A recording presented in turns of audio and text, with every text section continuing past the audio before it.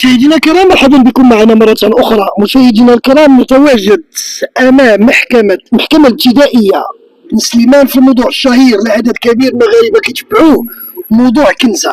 مشاهدينا الكرام، اليوم الأطوار ديال الجلسة تطورات مهمة اليوم، حضور نسبة كبيرة من الشهود، أعتقد حوالي 4 ديال الساعات اللي كانت الجلسة اليوم ديال كنزة. غادي نبسط مع الأستاذ نعيمي اليزيد محامي بهيئة الدار البيضاء في الموضوع بطريقة مختصرة اشنو اللي وقع من الأول. أستاذي الفاضل، اليوم تراشق قوة القانون، إذا كان ممكن أستاذي الفاضل تبدا معنا من الأول، شنو اللي وقع في الجلسة؟ فاليوم كان جلسة ما يعرفوا إعلامية بالملف كنزة، فكانت أول جلسة ديال الملف جاهز. فاحنا كدفاع وكما عبرنا عبر مجموعة من اللقاءات تقدمنا بطلب ديال عدم اختصاص المحكمة بالبت هذا الملف، وطالب إثارة خبرة الأذن ديالها باش نحددوا واش كاين عاهة مستديمة ولا ما كاينش عاهة مستديمة. وقدمنا الطلب الاول ديال الدفع بعدم الاختصاص النوعي ديال المحكمه بناء الاعتبارات اللي سبق لي وضحتها ونعاود نوضحها مجددا، هي واقعه التعذيب وواقعه الاحتجاز وواقعه ايضا العنف والعنف البدني والعنف الجسدي والعنف ايضا النفسي. فكما وضحت المحكمه بمجموعه من الطرق، وضحتها بالشهاده القضائي، وضحتها المحكمه بمجموعه من القرارات ديال المحكمه النظام بالشهاده القضائي كما قلت، وايضا في اطار القانون وباطار الشهاده القضائي المقارب ديال الدول المجاوره. بطبيعة الحال وضحنا المحكمة اختارت المداولة في طلب ديال عدم اختصاص دفع بعدم الاختصاص النوعي. المحكمة داولات واختارت من خلال المداولة إلى إرجاء البت إلى حين مناقشة الملف، وشرعت في المناقشة ديال الملف، وحنا ننتظروا المحكمة غتثبت فيه في النهائي ديال الملف من خلال الانتهاء من المناقشة غتثبت في الطلب ديال عدم الاختصاص النوعي. ملي سالينا من الاختصاص النوعي وبدات المحكمة كتناقش. إذا سمحتي لي أستاذي باش الرأي العام يتبع معنا، أنت راه كتجاوبني بنيفو مستوى أكاديمي قانوني، ولكن يهمنا الناس بسطاء ما غيفهموش. انا غنختصر لك، انت رأيتي انه كتشوف عدم الاختصاص، يعني الملف يتحل الجنايات ياك، مشيتي بجوج نقط قويين، الاولى كتعلق بالاحتجاز، والثانيه انه هناك عاهه مستديمه يمكن على مستوى الاذن وامور اخرى.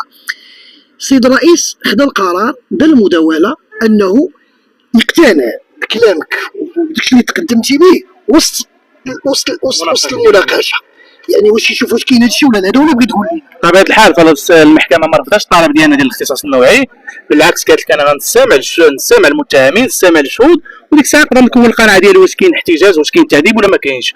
وبالنسبة للأمر بإجراء خبرة طبية فهي نفس الأمر، قالت غنستمع الشهود ونستمع المتهمين ونستمع الكنزة هي أيضا، ومن بعد لا تبين لي أن كاين عدم اختصاص نحكم بعدم اختصاص. أما حتى ما كاين لا قبول الطلب ما كاين رفض الطلب بطبيعة الحال. النقطة بدا بها السيد الرئيس هو افتح الباب الكنزة انه تعاود القصه، والمعتقلين كانوا تا هما حداها. فاول حاجه باش بدات المحاكمه فالسيد الرئيس طلب من كنزه انها تعاود ليه الواقع من الاول حتى الاخير. كنزه كما كنقول بدات كتعاود، وواحد الوقيته بدات عينيها كينزلوا بالدموع، بحال ملي انا سولتها ملي خرجنا من القاعه قالت لي انا ملي كنا نتفكر دوك اللقطات ودوك اللحظات كنحس بحال كيتعاودوا ديك الساعه، خصوصا دوك الناس اللي تعرضوني داك العنف باقيين حدايا واقفين حدايا ما بيني وبينهم تقريبا متر ولا 2 متر. قلت لها انا ملي نتفكر دوك اللحظات كنحس بالالم. فكما قلت كنزه بدات كتعاود من الاول، والسيد الرئيس طال الخطر واستمع عليها بكل تلقائيه، قال لها عبري لي يا بنتي وقولي لي شنو كاين من الاول حتى الاخير. بدات كتعاود هذا النهار فلاني ضربني بقرعه ديال الخمر، هذا النهار باش ضربني، هذا النهار باش ضربني، هذا كيفاش ضربني، كيفاش خوى عليا الماء في لابيسين، قال لي ما دوزيش، بزاف ديال الامور كيفاش انه بعض المرات قالت لك كنكون غادا مع الدروج ولا شي حاجه حتى كيدفعني كيطيحني. بعض المرات قالت لك انا كيجي احد الابناء كيتشكى كيقول لي ما بغاش تدخل ليا، ما بغاش دير لي شي حاجه، كيجي كيعرضني العنف، هذا فيما يتعلق بالزوج ديال المشغله. فهي حكات المحكمه جميع تفاصيل الضرب تعاودت لي وكيفاش تهرست من اللي دا بسببه، سولتها الادوات ديال التعذيب او ديال العنف، قالت لي بانه ضربتني بمقله، وقالت في الودن بانه ضربتني كمدلك ولا ما عرفت شنو هو داك الشيء. هذا الشيء فيما يتعلق بالزوج. اما فيما يتعلق بالزوج فعاودت هي كيفاش التفاصيل، كيفاش ضربتها بمقله، كيفاش كانت كضربها بواحد العصا ديال الزيتون، كانت العصا ديال الزيتون كتضربني بها دائما. عاودت لنا بعض المرات ان من المشغله كتجي واحد الحاله ديال العصبيه، حاله ديال الهستيريا، قالت لك كنلقى كنبان لها غير انا في الامام ديالها كتبرد ديك الاعصاب ديالها كامله فيا. عاودت ايضا قالت المحكمه ان بعض المرات ملي كيكون مشاكل ما بين المشغله والزوج ديالها فكنكون انا هو الملاذ ديال التفريغ ديال المشاكل، انا هو الاتجاه الوحيد اللي كتفرغوا فيه ديك المشاكل. فاليوم كنزه حكات بكل اريحيه، ومع الاسف حنا حسينا بواحد الحزن، حسينا بواحد الظلم كبير ملي كنسمعوا ديك القصه اللي بحال اللي اول مره غنسمعوها من كنزه امام المحكمه، وكتحكي بواحد التلقائيه هي نفسها ما استطاعتش الصبر دموع دوك كينزلوا من عينيها. هنا والسادي ملي كملت كنزه السيد الرئيس نوض الزوج هو الاول المعتقل، قال لي سمعتي كنزه عاود لي شنو قالوا. ونفى جملة وتفصيلا، فنفيا قاطعا. قال لك انا بحكم العمل ديالي ما كنجيش بزاف، انا اصلا كنكون في الدار غير اسبوع اسبوعين خارج المنزل. المهم نفى نفيا قاطعا جميع التفاصيل. ولكن الاسئله ديالنا حنا كدفاع والاسئله ديال النيابه العامه وديال المحكمه فمشات في واحد الاتجاه اللي وضحت نوعا ما القصه ديالو انها غير صحيحه، انه يحاول التمرد. بحال مثلا كانت واحد النقطه جد مهمه، هو انه صرح المحكمه قال لي انا ما عمرني ما عاينت شي ضرب عليها ولا شي الام عليها ولا شي كدامات عليها. فهو تصريح في الضابطه القضائيه كان صرح انه لاحظ ان عنده ضربه على مستوى اليد، وان ديك الضربه على مستوى اليد نتات وكانت عندها سابقا. فكان نوع من كما كنقولوا عدم تناسق في التصريحات. وبالنسبه للمشغله ايضا فهي نفاتنا فيها قاطعا وتكلمت على مجموعه من الامور خارج موضوع الضرب وخارج موضوع العنف، مجموعه امور ما عندها علاقه بهذا الملف. تكلمت ان خرجنا مشينا تقاوينا مشينا، فهذيك امور كما قلت ما عندها علاقه بهذا الملف وما عندها باش تنفع في هذا الملف. فهي في حقها اطار قانوني انها تتكلم تقول اللي بغات. حنا كوجهه نظر ديالنا بان لنا ان في اطار العنف ما تكلمش على العنف، نفات نفيا قاطعا. الشيء اللي كاين من بعد بدينا كنستمع الشهود الشاهد من بعد الشاهد. الشهود وصلت شحال العدد اللي جاو؟ فهما عدد الشهود اللي مستدعين من المحكمه هم 11 شاهد، 7 حضروا و4 الشهود حتى الان باقي ما حضروش. المحكمه اخرت الملف لاحضار ديالهم هما ايضا.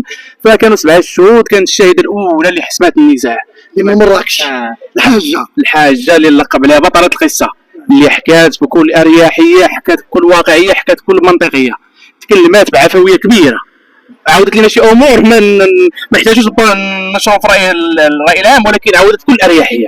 عاودت كيفاش انها اول مره غتجي عند المشغله قالت لها راجلي راه كيتعاطى الخمر، انه كيسبب مشاكل بزاف. واللقاء بيناتهم بعدا قدمت لها راسها والزوج ديالها كما قالت لها انا اللي كذا وكذا. انا حشومه كنقول ديك المهنه والله العظيم، لان هذوك الناس الشرفاء عيب اننا الرساله واضحه، يعني الصيفه وتا الراجل حتى هو فين خدامه، يعني اكدات بلا قالت لي هادشي. اكدات هي في الاول قالت لك انا اول لقاء ديالي اللي كان معاها انها في الرابعه ديال الصباح جات كتدق عليا في الباب كتقول لي بغيتك ضروري راه عندي الام ديالي مريضه. قالت لك ملي مشيت انا لقيت كنزه مضروبه بعينيها مضروبه من الانف ديالها. سولتها قالت لك الدريه مالك؟ قالت لك راه هرست لي شي كيسان ديال البلار وراه ضربتها. هذه قالت لك اول نهار غتلاقى معها. قالت لك من بعد تلاقاو معها في شي لقاء كان الحاجه كانت مع الابن ديالها، وجات المشغله وقدمت لها راسها انها موظفه كما قلنا بلا ما نكون نعاودوا نفس الكلام، موظفه في سلك القضاء، وان الزوج ديالها كيشتغل ايضا في منصب مهم. وقالت لك الحاجه انا ما عرفتهاش، وحتى الابن ديالي ما عرفهاش. قال لها ما عرفتكش صافي. قالت لهم انا راه ديال الوظيفه ديالي بحال حاجه. قالت لك انا ما عنديش شغل فيها، انا جارتي قالت لي داكشي انا متيقها. من بعد الحاجه وضحت مجموعه من الامور كما كنقول، انها كانت كتسمع الهرج، صراعات يوميه بينه وبين الزوج ديالها، وان المشغله اللي كانت كتطلب منها انها تدخل بحكم انها حاجه كبيره في السن، انا كتطلب تدخل بالخيط ديال كما كنقولوا. فهي كانت كتدخل بعض المرات. قالت لك بعض المرات لاحظت ان الزوج ديال المشغله كان كيتعاطى الكوكايين، كيتعاطى الخمر. وقالت واحد الكلمه اللي كلمه صراحه كانت عفويه كثيره. قالت لك حنا كل سبت عندنا سهره من 4 ديال العشيه حتى 4 ديال العشيه ديال الغد، 24 ساعه سهره على طول السبت. قالت لك حنا ما كنعسوش. سماتها هي بالسهره العموميه. السهره العموميه كما قلنا. عاودت على السهره قالت لك شنو وقع كيفاش كتوقع. فهي حكايه تلقائيه. عاودت العنف اللي تعاودت لي كنزه. قالت لك انا شفتها مره واحده واكثر من ذاك ما يطلعت معاها. قالت لك مره ثالثه قلت طلبت من المشغله قلت انا ما باغاش خدمي عندي، عطيني انا نخدم عندها ونتهلا فيها احسن ما تبقى مكرسه هكا. من بعد استمعت المحكمه مجموعه من الشهود. كان واحد الشاهد انا اللي استغربت الطريقه وطرحت سؤال للمحكمه. هو شاهد اللي جا هو ما شاهد والو، كما كنقولوا شاهد ما شاف شي حاجه. جا كنسولو اسئله فيما يتعلق بانتحال الصفه كيقول لك ما خباريش، عنده كنسولو اسئله فيما يتعلق بالضرب كيقول ما خباريش.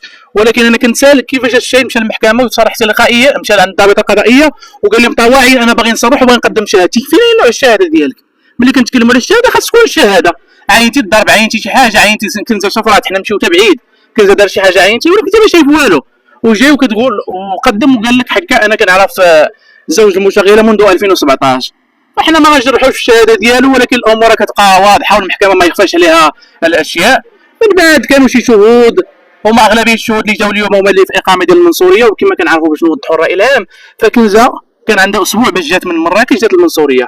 ديك اسبوع هو اللي حاولت تهرب فيه، والحمد لله تمكنت انها تهرب. واحد حارس في الباب تيشكل مؤقت، يعني ما تكونش ساكنه عندكم ديما، واحد يمكن خدام في الضوء، هادو ما يعني ما غيتلائموش مع الاسئله الهيئه تسال في اسئله جوهريه. اعتقد استاذي الفاضل السؤال يتعلق بعلاقتك انت بالناس، واش عينتي الضرب والجرح، واش عينتي ديك الصفه اللي كتكلم بها مبدئيا كما كيقولوا البعض، وكما قالت هذه الشاهده الاولى اللي اعتبرتها بطله الحلقه اليوم، يعني كانوا هاد الشهود ما كما قلت لك كاين شهود اللي بحكم ان كاين اسبوع اللي جاو، راه ماشي مده كبيره، ما شافوا والو، ما تلاقاو مع ناس. وكما واحد الشاهد هو اللي كنت شغال ميطناجو قال لك انا العمل ديالي موسمي، انا جيت في شهر نص ديال شهر 6 والواقع وقعت في شهر 7 ديال الهروب ديال كنزه.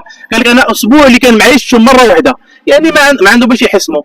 جا في الاخير شاهد اخير اللي هو معروف نوعا ما هو سائق طاكسي، هو حكى الواقعه بكل تلقائيه. قال لك انا النهار اللي تلاقيت معاه النهار الاول كانت مضروبه مني فها مضروبه، كانت اثار النفخ على الانف اثار واضحه، ضربت على مستوى الاذن، قال لك دامت على مستوى الوجه. وقتها ملي قال لك ملي وصلنا لمحطه القطار لاحظت ان اليد ديالها مكسوره بحكم انها ما كتقدرش تحركها بواحد الطريقه. فهو قال لك انا فهمت ان كاينه اليد ديالها مكسوره. فكانت الشهاده ديال واضحه المحكمه. فاش كان المحكمه اخرت الملف الاسبوع المقبل لاستدعاء بقيه الشهود واستمرار في مناقشه الملف. استاذي الله يوفقك، تقريبا جاوبتيني واحد 90% المعطيات، ومن الطبيعي شي سؤال غيكون مش سهوا لانه 4 السوايع. مشاهدينا الكرام كما تبعتوا معنا اليوم شنو وقع في الجلسه، الاستاذ ناقش معنا جوهر الموضوع. السيد الرئيس في الاول تقدم دفاع ديال كنزه، يعني الاستاذ النعيمي لا زال يطالب بانه الملف عدم اختصاص السيد الرئيس، خذ القرار بانه غادي ياخذ القرار في هذه الامور اللي تقدم بها الاستاذ في الجوهر ديال الموضوع. يعني شنو غيتبين ليه؟ هذا المساله الاولى. الطرف الثاني الدفاع ديال المشغله ومن معها، حتى هو تقدم مجموعه من النقط اللي كيشوفها في القانون، اعتقد وحده تتعلق بالمحاضر بانه البعض فيهم ما كانش موقع، وهذا نقاش في القانون. الاستاذ او السيد الرئيس مره اخرى انه غادي يجاوب في الوقت، يعني كيضم الامور كلها للجوهر.